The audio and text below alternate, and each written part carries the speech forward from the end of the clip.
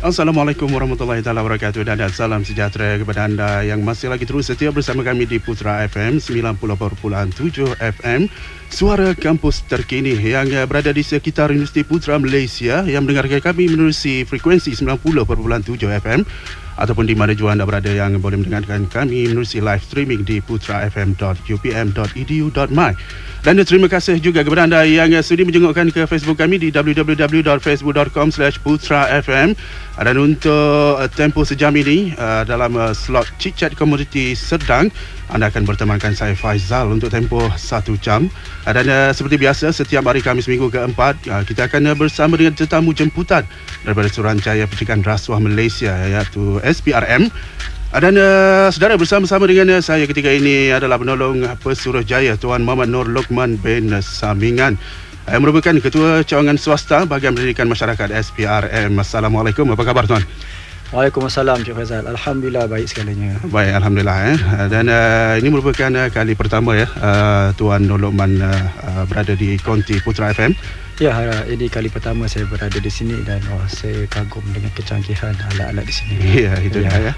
Dan alhamdulillah pagi ini kita akan membicarakan satu topik yang bertajuk Akta SPRM, yang antaranya menampilkan perbincangan antara perlindungan pemberi maklumat serta Akta Perlindungan Saksi, selain akta utama SPRM, iaitu Akta Suruhanjaya Pencegahan Rasuah Malaysia 2009. Namun sebelum itu, apa kata tuan, saya persilakan tuan untuk sedikit sebanyak memperkenalkan diri tuan ya.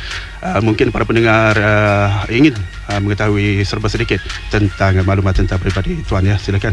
Okey, terima kasih Cik Faizal. Okey, Assalamualaikum warahmatullahi wabarakatuh. Waalaikumsalam. Salam satu Malaysia kepada warga pendengar, khususnya kepada pelajar-pelajar UPM, warga-warga pendidik di sini. Baiklah, ini merupakan kali pertama saya hadir di konti Putra FM ya.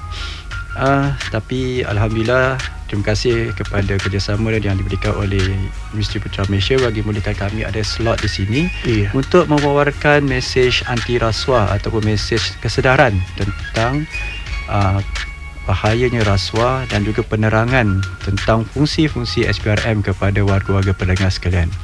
Baiklah, tanpa buang masa, saya ingin menjelaskan secara ringkasnya tentang Akta Suruhanjaya Pencegahan Rasuah Malaysia 2009. Baik, kepada sidang pendengar, akta ini khususnya telah digubal oleh Parlimen dan ianya diluluskan, dan fungsi utama ataupun tujuan utama akta ini digubal adalah untuk menubuhkan Suruhanjaya Pencegahan Rasuah Malaysia itu sendiri, bagi menggantikan Badan Pencegahan Rasuah sebelum itulah. Maksudnya dengan tertubuhnya satu Suruhanjaya, kami ingin dilihat sebagai satu badan yang bebas, adil dan telus. Tidak lagi dikatakan ada kononnya kita berpihak kepada mana, tidak, kita bebas. Berdiri di kaki sendiri lah. Kita berdiri di kaki kita sendiri, menjalankan fungsi-fungsi seperti mana yang telah diperuntukkan oleh akta kami. Okey, izinkan saya juga untuk menjelaskan tentang fungsi SPRM ya. SPRM secara amnya, memang saya rasa warga-warga pendengar sudah sedia maklum bahawa kita menerima aduan, dan apabila kita terima aduan, kita akan menyiasat aduan tersebut. Maksudnya di sini kita berfungsi dari segi menyiasat kes-kes rasuah. Tidak lupa juga, ingin saya juga tekankan bahawa selain juga kita menyiasat, kita juga berfungsi sebagai perunding, terutama dalam kita meneliti, kita menasihati dan kita membantu mana-mana badan awam atau individu tentang apa-apa amalan tata cara di dalam badan awam tersebut. Sekiranya terdapat dalam amalan itu ada ruang dan peluang berlakunya rasuah. Dan di mana yang saya juga berada di konti ini turut menjalankan fungsi SPRM yang seterusnya, iaitu kita berfungsi juga sebagai medium untuk mendidik masyarakat dalam menekan rasuah, dan pada masa yang sama kita juga meraih sokongan mereka agar bersama-sama SPRM bagi mencapai tujuan maksud tersebut. Ya, Cik Faizal. Iya. Baik, itu saudara, antara serba sikit penerangan ringkas oleh Tuan Nur Lokman ya.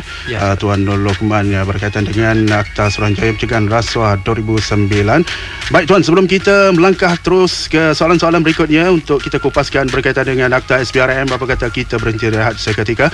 Kepada anda, terus kekal bersama kami di Putra FM 90.7 FM, suara kampus terkini. Sebentar lagi ada Datuk Siti Nurhalizah dengan Kau Kekasihku. Terus bersama kami di Putra FM.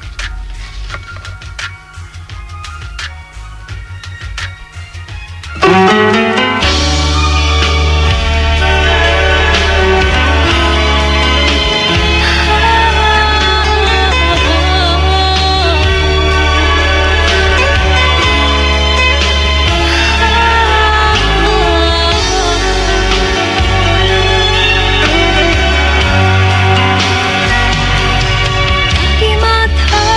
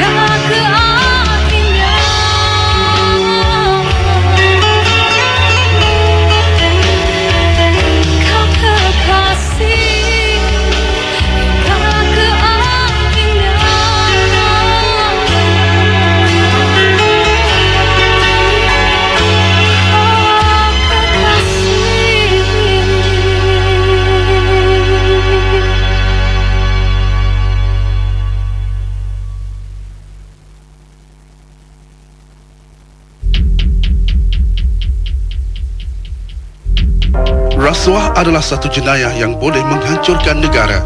Bersama-sama kita hindari rasuah, tak kira kecil atau besar. Laporkan jenayah rasuah kepada SPRM sekiranya anda mempunyai sebarang maklumat. Pesanan khidmat masyarakat ini dibawakan oleh Bahagian Pendidikan Masyarakat Suruhanjaya Pencegahan Rasuah Malaysia.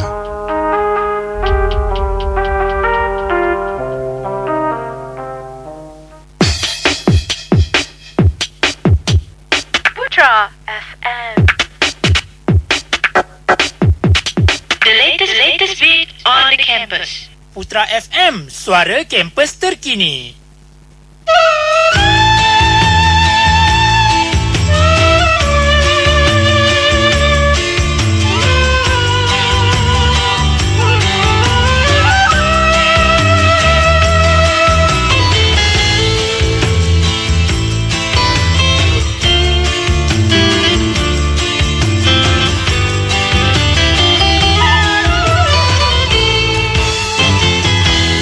Masihkah kau ingat pada waktu itu sekuntum bunga mekar ku selit ke rambutmu.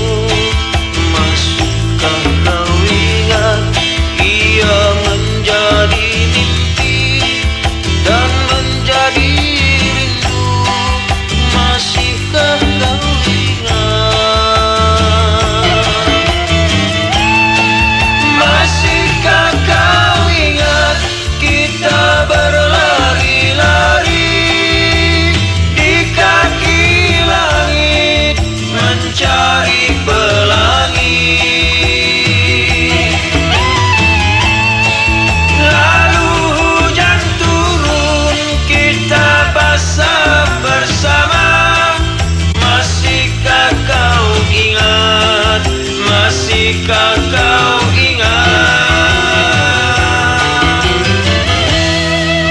Masihkah kau ingat sekuntum bunga itu di tapak tangan ini ia menjadi layu. Lalu ku genggam ia menjadi debu. Masihkah kau ingat? Masihkah kau ingat? Masihkah kau ingat kita berlari-lari di kaki langit mencari pelangi.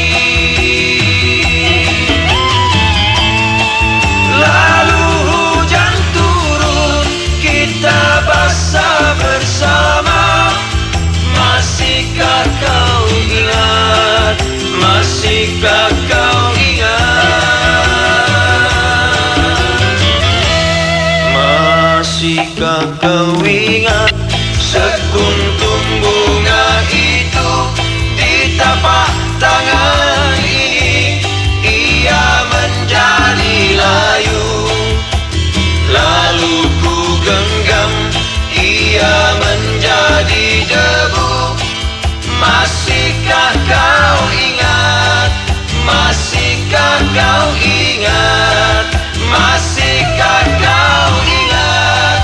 Masihkah kau ingat? Masihkah kau ingat? Masihkah kau ingat? Masihkah kau ingat? Masihkah kau ingat? Masihkah kau ingat? Masihkah kau ingat? Masihkah kau ingat? Masihkah kau ingat? Putra FM, show.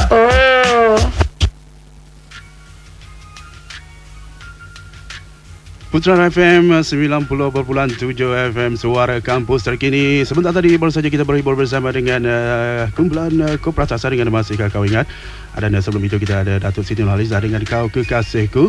Dan anda masih lagi bersama saya Faizal menerusi slot Chit Chat Community Serdang CCGS. Dan masih lagi bersama dengan kita di konti ketiga ini. Kita ada Tuan Muhammad Nur Lokman bin Samingan daripada Suruhanjaya Pencegahan Rasuah Malaysia SPRM.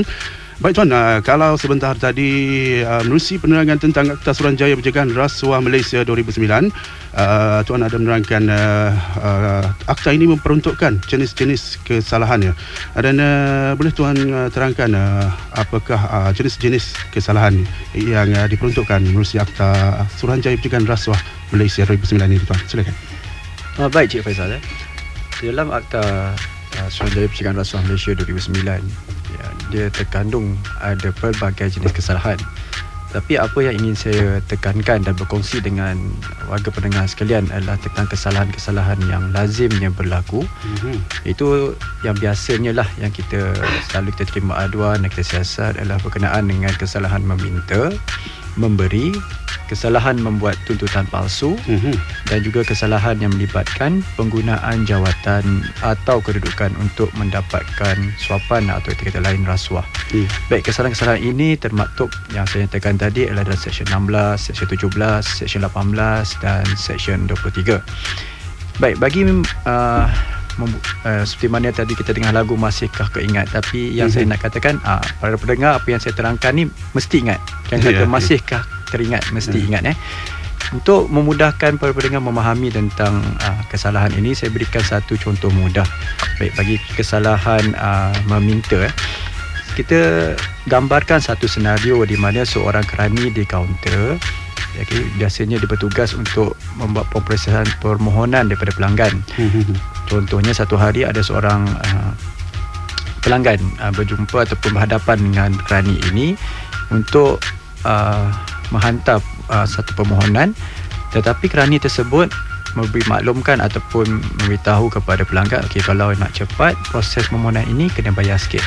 Duit kat kopi sini lah, duit kopi lah. Maksudnya dia minta tu ada sesuatu yang tidak elok atau tidak betul. Maksudnya bila kerani tu kata, kalau pada pelanggan tu awak nak permohonan awak dipercepatkan, awak kena bayar sesuatu. Itulah contoh macam mana kerani tersebut meminta wang rasuah daripada pelanggan.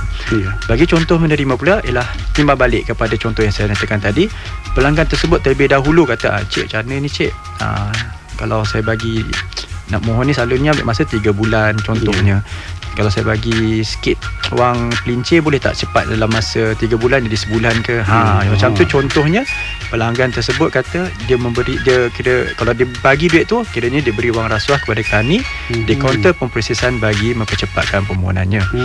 Okey, bagi contoh kesalahan tuntutan palsu ni dengan bahasa mudah saya boleh terangkan tentang ia lebih kepada kelayakan kita. Okey, kita layak untuk membuat tuntutan terhadap ada dia punya had yang telah ditetapkan, tetapi ataupun kita membuat tuntutan tu berdasarkan apa yang kita lakukan.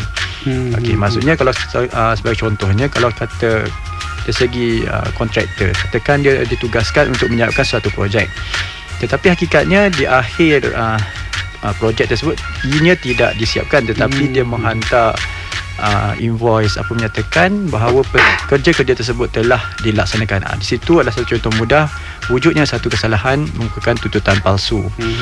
Okey, bagi tuntutan bagi kesalahan yang seterusnya, iaitu kesalahan menggunakan kedudukan atau jawatan, ianya terpakai kepada pegawai badan awam sahaja. Okey, maksudnya dia bukan terpakai kepada semua kalau orang. Di syarikat swasta tu tak terpakai lah. Syarikat swasta tu kita tengok juga sama ada syarikat swasta tu dalam definisi pegawai badan awam.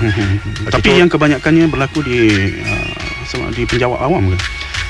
Biasanya kita lihat yang pertamanya kehendak akta ini lebih kepada pegawai badan awam. Contohnya kalau syarikat swasta itu syarikat yang berkaitan dengan government link company, syarikat berkaitan kerajaan, di mana kerajaan ada pemilikan saham. Jadi walaupun dia sebagai entiti swasta, tetapi kerajaan persekutuan atau kerajaan negeri mempunyai pemegang saham utama di dalam syarikat tersebut, saya tidak langsung ianya menjadi satu kategori yang diistilahkan dari istilah undang-undang sebagai badan awam.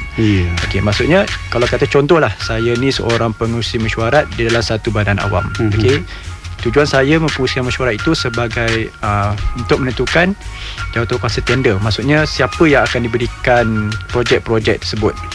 Okey, dalam saya mempengurusi mesyuarat itu setelah membuat satu keputusan, saya bagi satu projek tu kepada adik saya. Ini satu contoh jelas lah. Itu salah guna kuasa lah tu kira. Dia kiranya saya telah menggunakan jawatan saya untuk menggunakan kedudukan saya sebagai pengurusi mesyuarat untuk memberikan projek itu kepada adik saya tanpa saya memaklumkan kepada ahli mesyuarat. Ini jelas melanggar Seksyen 23 Akta Suruhanjaya Pencegahan Rasuah Malaysia. Okey, itu antara kesalahan-kesalahannya yang telah dijelaskan oleh Tuan Nur Lokman, ya. Ya. Baik, kalau kita dah dengar saudara jenis-jenis kesalahan yang terkandung dalam Akta Pencegahan Rasuah ini. Jadi andai kata lah tuan, ya, andai kata saya sendiri ataupun masyarakat ataupun orang ramai ataupun para pendengar lah, yang berhadapan dengan situasi dengan pemberian dan penerimaan rasuah ni, apa yang harus kami lakukan, ya tuan? Baik Cik Faizal, apabila contohnya Cik Faizal ataupun warga pendengar berhadapan dengan situasi seperti ini, undang-undang mewajibkan bahawa Cik Faizal ataupun warga pendengar hendaklah melaporkan perkara tersebut kepada SPRM dengan kadar segera. Ya, maksudnya di sini ianya bukan sahaja kehendak undang-undang, tetapi Parlimen telah melihat satu, orang kata, hikmah di sebalik tersebut. Apabila kita segera melapor, secara tidak langsung ia dapat mengelakkan kita dari sebarang tomahan yang mungkin akan sampai pada diri kita di masa akan datang. Jadi kalau kita dah lapor, maksudnya kita bukanlah orang yang dikatakan melakukan kesalahan, tapi kita merupakan sebagai seorang pengadu. Jadi bila kita melapor dahulu, secara tidak langsung kita adalah orang seolah-olah macam mangsa lah dalam kes ni. Bukannya kita yang menggalakkan pelakuan rasuah tersebut. Betul.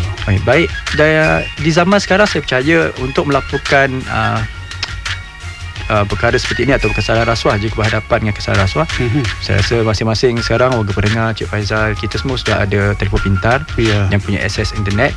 Saya rasa tidak menjadi masalah untuk buat carian sebentar, dan melihat nombor hotline kami ataupun website kami ataupun boleh email pada kami. Dan kalau kata yang paling baik sekali, kita ada toll free, itu 1-800-88-6000. Just dial, tak payah bayar, boleh laporkan dengan segera. 24 jam, ya? 24 jam. Ya.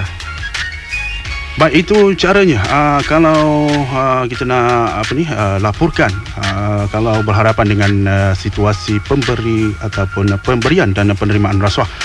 Baik, selain daripada Akta Suruhanjaya Pencegahan Rasuah Malaysia 2009, saya juga dimaklumkan SPRM ada Akta Perlindungan Pemberi Maklumat 2010. Dan bolehkah tuan terangkan apakah tujuan sebenar diwujudkan Akta Perlindungan Pemberi Maklumat 2010 ini? Baik, terima kasih Cik Faizal. Baik, tadi saya telah mewawarkan tentang kewajipan untuk melapor sebarang kelakuan rasuah jika kita berhadapan dengan situasi-situasi yang saya nyatakan tadi. Tetapi kita faham kadang warga pendengar merasakan apabila melapor, mereka bimbang identiti mereka itu akan terdedah. Betul. Maksudnya kalau contohnya seseorang kaki tangan melaporkan salah laku, katalah dia punya bos dia kan di jabatan, di pejabat. Jadi dengan akta ini telah digugat oleh Parlimen bagi melindungi mana-mana orang yang disifatkan sebagai seorang pemberi maklumat.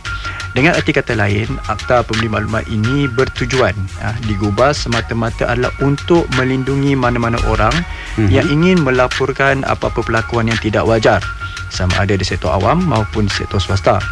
Tapi kita melihat akta ini ataupun pemakaian akta ini lebih dari aspek konteks SPRM, di mana perlindungan diberikan terhadap mana-mana orang yang ingin memberikan maklumat tentang apa-apa perbuatan rasuah. Cik Faizal. Dan saya melihat Akta Perlindungan Pemberi Maklumat ini sedikit sebanyak mengurangkan perasaan takut masyarakat untuk memberi maklumat kepada SPRM, kerana Tuan Lokman, saya rasakan itu adalah antara faktor utama mengapa masyarakat agak sukar untuk melaporkan kesalahan kerana risau identiti mereka akan diketahui oleh pihak yang melakukan rasuah tersebut. Baik, Tuan Lokman, kalau kita lihat istilah pemberi maklumat boleh Tuan Lokman terangkan sedikit golongan mana ataupun siapa yang termasuk sebenarnya dalam kategori pemberi maklumat ni? Terima kasih Cik Faizal. Bagi konteks fungsi SPRM, maksudnya SPRM ini ialah badan yang menerima maklumat daripada pemberi maklumat tersebut. Biasanya pemberi maklumat ini memberikan maklumat tentang rasuah. Baik. Tapi pemberi maklumat yang membolehkan mereka ini dikategorikan atau dari segi undang-undang diistilahkan sebagai seorang pemberi maklumat, mereka haruslah mematuhi syarat-syarat yang termaktub dalam akta tersebut. Okey, yang pertamanya, pendedahan tersebut hendaklah dibuat kepada SPRM, tapi dalam akta dia tercatat, ianya mencatatkan agensi penguatkuasaan. Jadi dalam kes rasuah ianya lebih kepada bidang kuasa SPRM, maka pendedahan tersebut hendaklah dibuat kepada SPRM.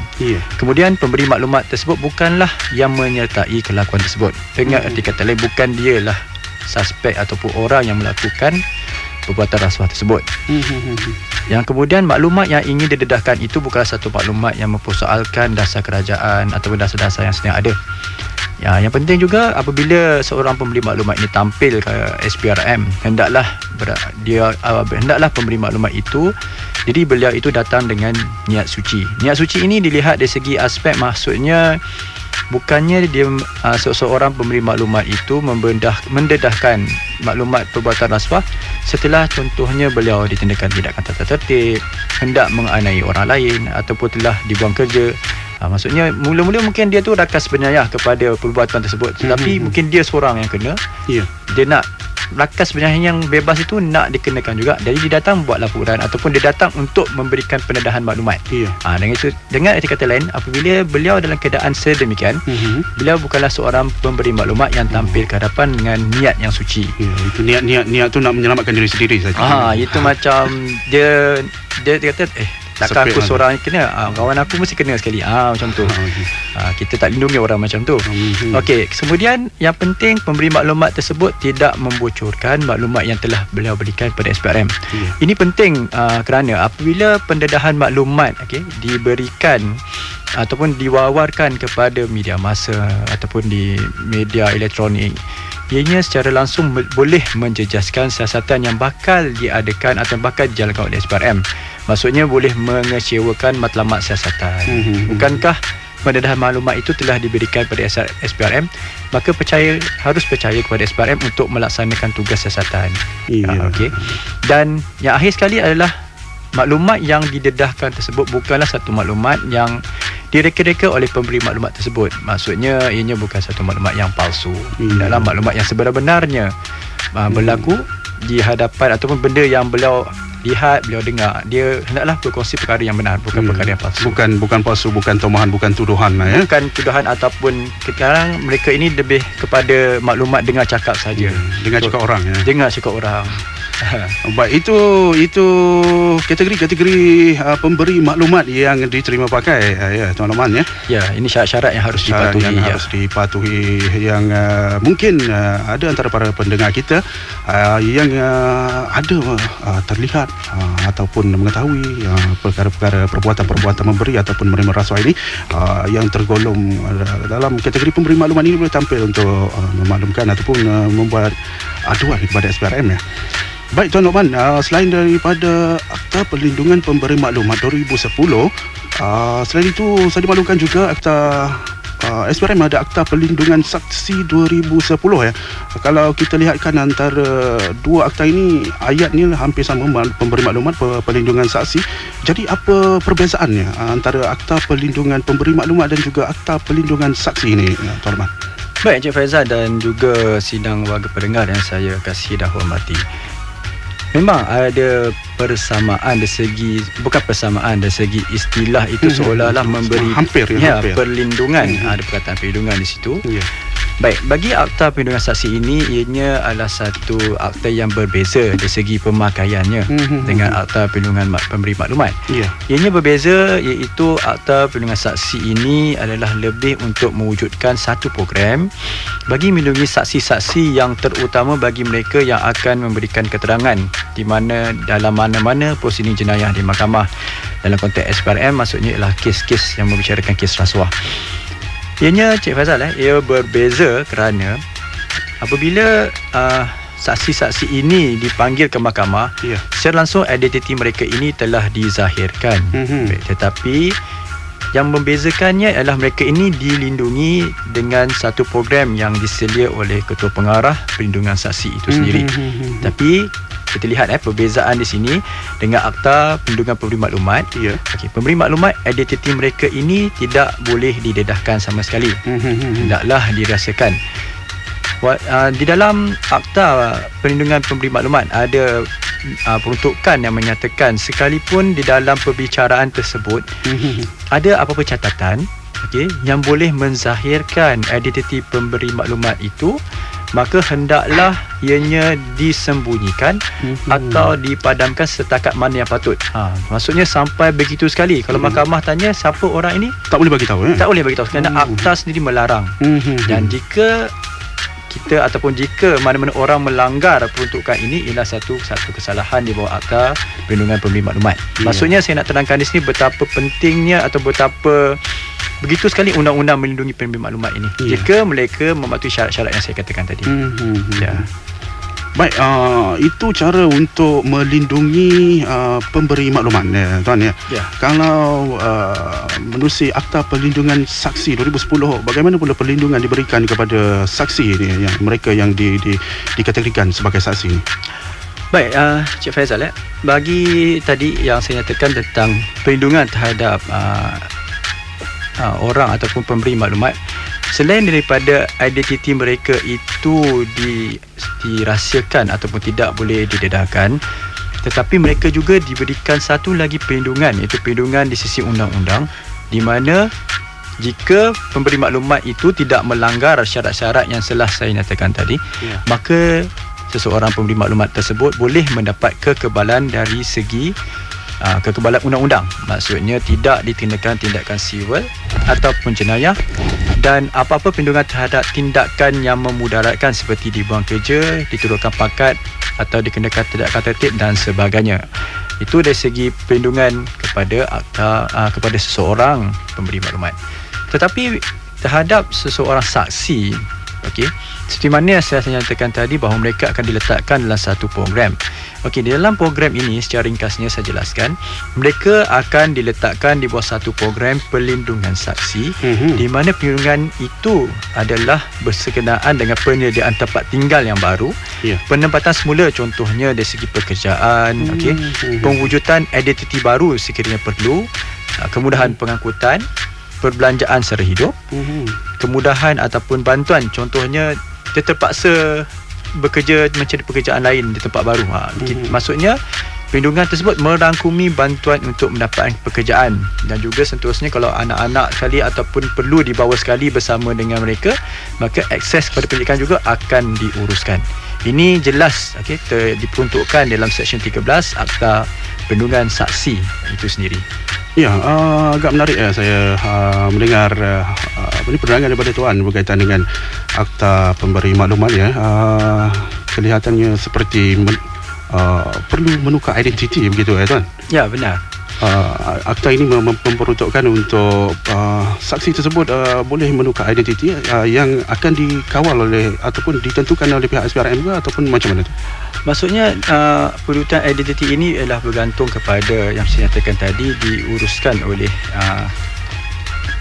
apa tadi saya nyatakan, Ketua Pengarah Perlindungan Saksi. Maksudnya beliau akan menggunakan ataupun kuasa bicara untuk identiti baru ni sekiranya perlu, contohnya sehingga terancam saksi atau saksi ini betul terancam, maka kalau tak ada terancam apa tak perlulah mungkin tidak perlu bagi tidak situasi perlu yang sedemikian.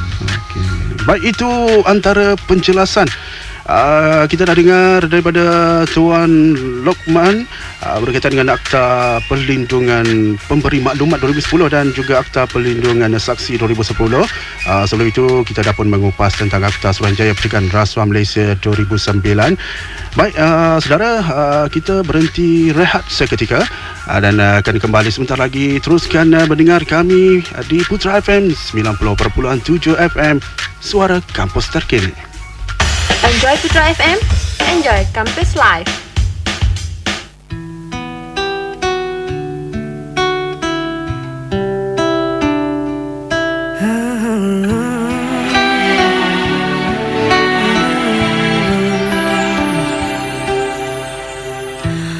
Biarpun kau tak lagi ada denganku, takkan ku bisa melupakanmu. Caramu memanggil namaku terasa seolah kau masih ada. Jauh di dalam sanubariku, tak ku relakan kemergianmu. Namun ku kan selalu doakanmu agar kau takkan terus terluka.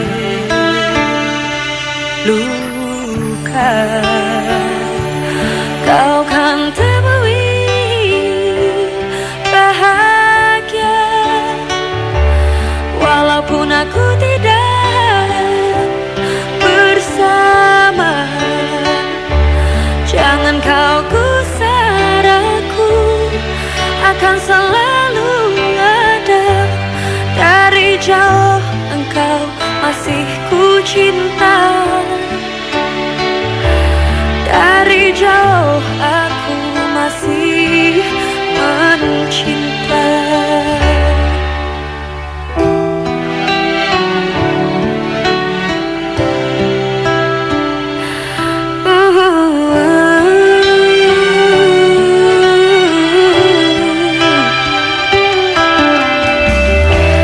Takkan pernah ada penggantimu, mempertahankanku sepertimu. Satu dunia menentang cinta kita, akhirnya kita terpisah jua.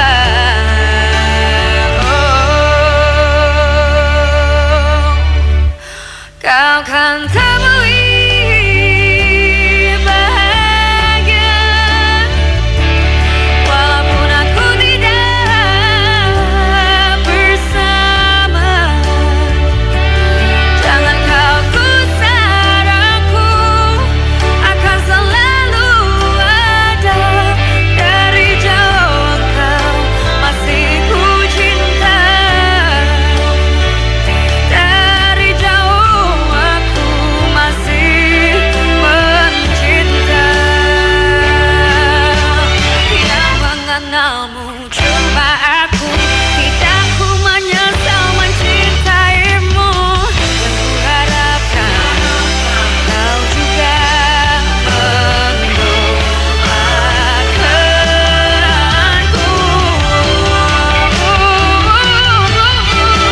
Kau kan temui bahagia walaupun aku tidak bersama. Jangan kau gusar, aku akan selalu ada. Dari jauh engkau masih ku cinta. Kau kan temui bahagia walaupun aku tidak bersama. Jangan kau gusar, aku akan selalu ada. Dari jauh engkau masih ku cinta. Dari jauh aku masih mencinta. Dari jauh aku masih mencinta.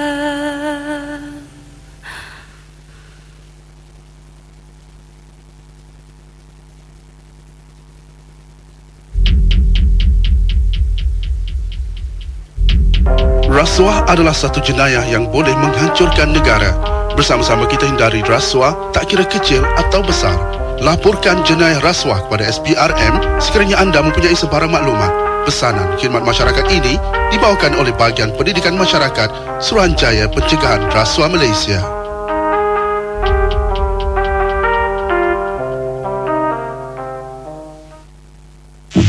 Cinta adalah sebuah komitmen untuk selalu bersikap jujur, boleh menerima segala kekurangan.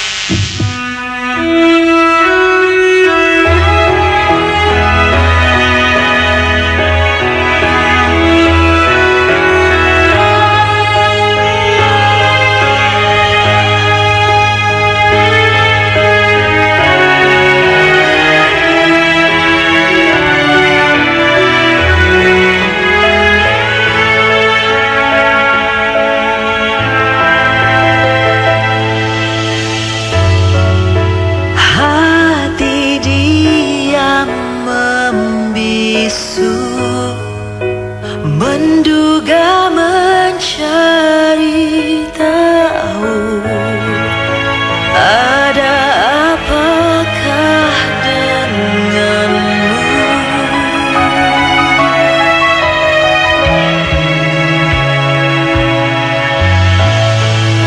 Hati makin curiga mendengar sebuah cerita.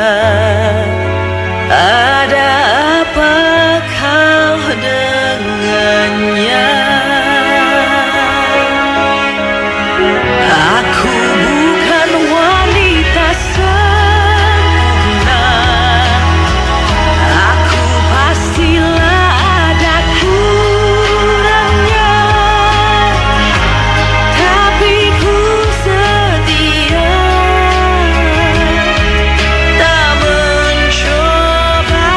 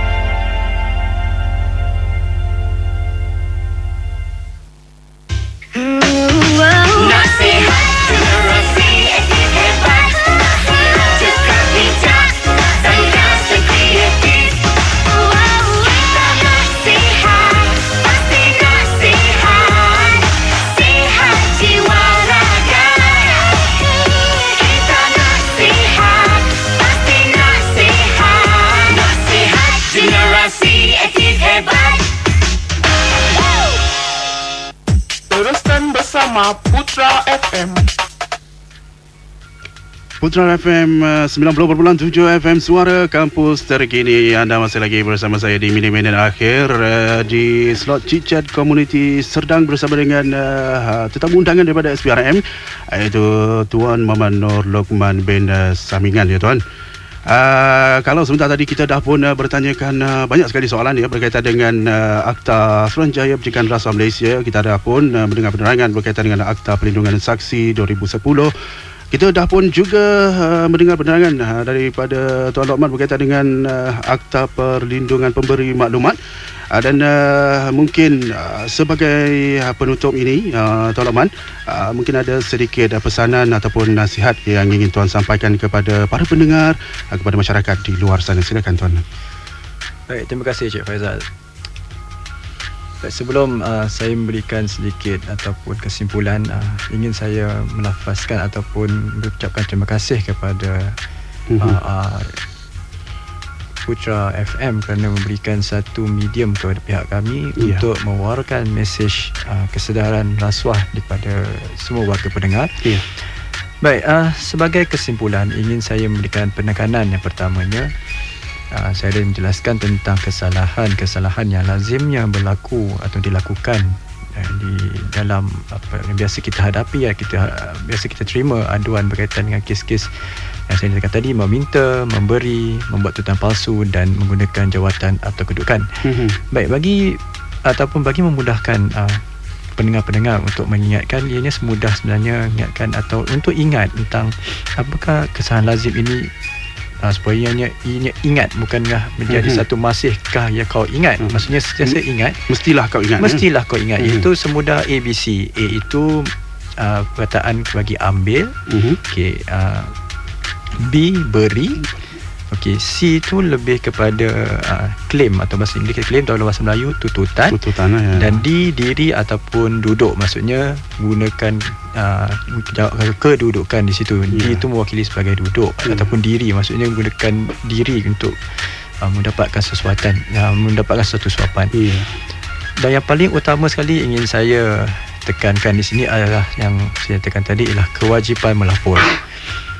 Bahawa saya mohon kepada warga pendengar sekalian, ya, supaya sekiranya berhadapan dengan situasi-situasi tentang penerimaan, penawaran ataupun pemberian rasuah dan yang ada maklumat tentang kesalahan rasuah, segeralah membuat laporan kepada pihak kami. Baik, kerana kami akan memproses maklumat tersebut dengan masa yang begitu maksudnya tidak mengambil masa yang lama. Kita mengambil tindakan serta-merta terhadap apa semua maklumat ataupun aduan yang diberikan kepada kami.